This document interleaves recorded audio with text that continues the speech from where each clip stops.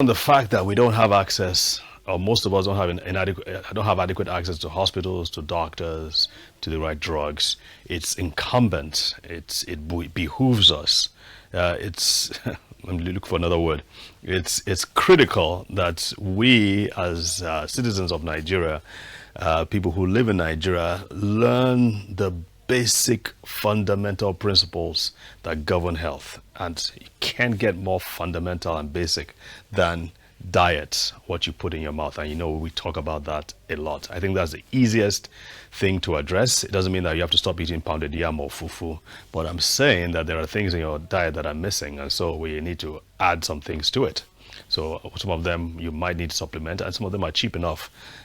I would say everybody needs to take vitamin C. I would say everybody needs to take vitamin D, again, because vitamin D, we black people are deficient in vitamin D. It's a proven fact that we need more vitamin D than probably the white person does. So we need to take more vitamin D.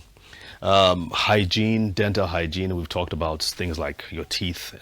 We know that if your teeth or your gums are unhealthy, there's a good chance it's going to affect your brain. It can predispose you to things like cancer and cardiovascular disease. Brush your teeth twice a day, morning and evening, at least, please. And of course, you need to floss as well. Exercise, I think there's no more important law than movement. If you're moving, you're alive. If you're not moving, you're dead, pretty much. And the more you move, the healthier, as a rule, you will be.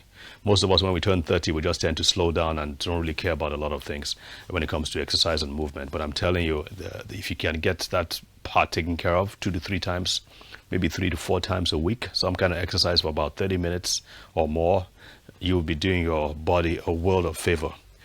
Relationships are extremely important as well. We are a society that we're quite good at that. We value that connection we have. We're not too far removed from the days when we used to sit around the campfire and tell stories.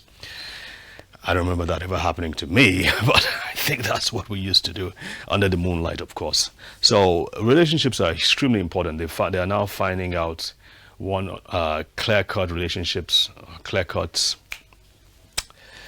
correlations between loneliness and even damage to your genes, damage to your DNA. So if you're lonely for an extended period of time, it can put you at the risk of chronic diseases, believe it or not. Your thoughts and emotions are important, your words.